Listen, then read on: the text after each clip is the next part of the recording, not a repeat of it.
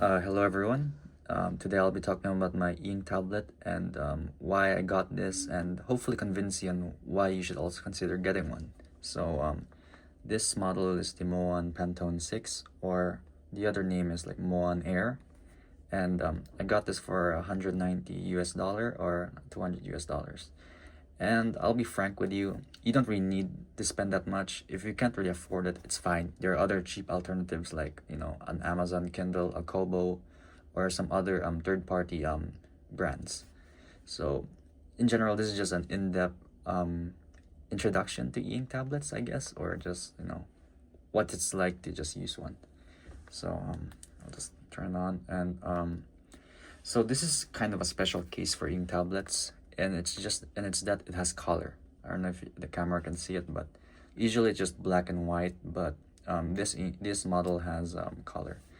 And I don't really how to explain this. Unless you're reading like mangas or graphic novels or comics, then I think you kind of need color for it. But if you're just gonna read just novels, or text, you don't really need it.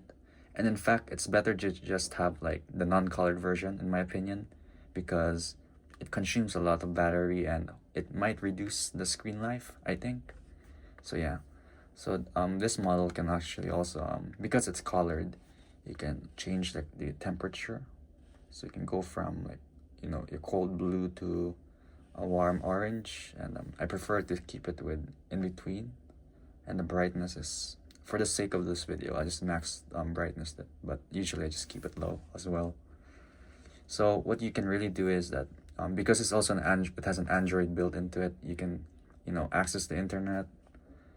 Like, so it's very slow, and yeah, because it's not really an Android phone, it's an Android with an ink tablet.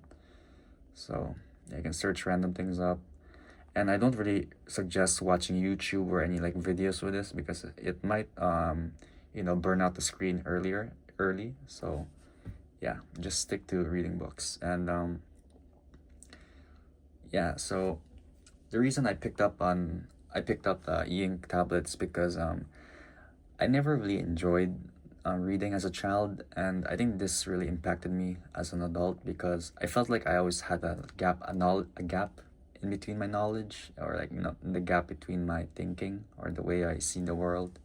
And I think it's due to the lack of reading, because compared to other people I met that read as a child, you can tell that they're more experienced in some aspects, more sophisticated, or yeah, they're just well taught. And I'm not saying this to generalize everybody. Of course, there are special cases or like unique cases. But in my case, I just felt I always like felt like there was something in between, the gap in between how we see the world differently. So I think that's one of the reasons why I picked up an interest in reading books. It's just for the sake of knowledge and experience, because and wisdom as well. I forgot about that. But yeah, I mean, most people argue that you can experience those things by yourself, but there's a saying that, I'm not sure if there's a saying, but like how I see it is that if someone already experienced it for you, you might as well take it in instead of just doing it yourself. I mean, you can do it for yourself, but the vast majority of things you can just learn from other people's mistake in a good tone, I guess. But yeah, one of my first books I read. Wait, actually no. Let me reel back real quick. So yeah, I didn't really read as a child. Unfortunately, during the pandemic, I was left with a lot of time to read, and I picked up on several books. One of the books I read was a manga series, and I got quite into mangas for a while. Then I transitioned to light novels. Then I eventually start reading like self-help books and other genres like fiction, fantasy, and non-fiction. And one of the first self-help books I read was The Subtle Art of Not Giving an F by Mark Manson, and I really enjoyed reading it. It was fun.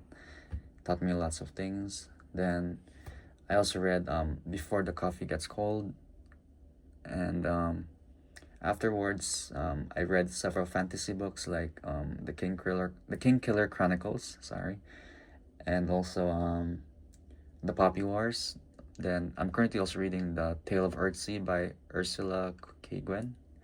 So yeah, there's lots of things that you can do with the ink tablet, and it's very convenient because unless you're really into like physical books, then an ink tablet's I recommend it more because your bags, if you're gonna carry it around, it's kind of inconvenient to hold up, just carry a book, and why do that when you can just have like a small portable, a pocketable ink device, that can always be accessed.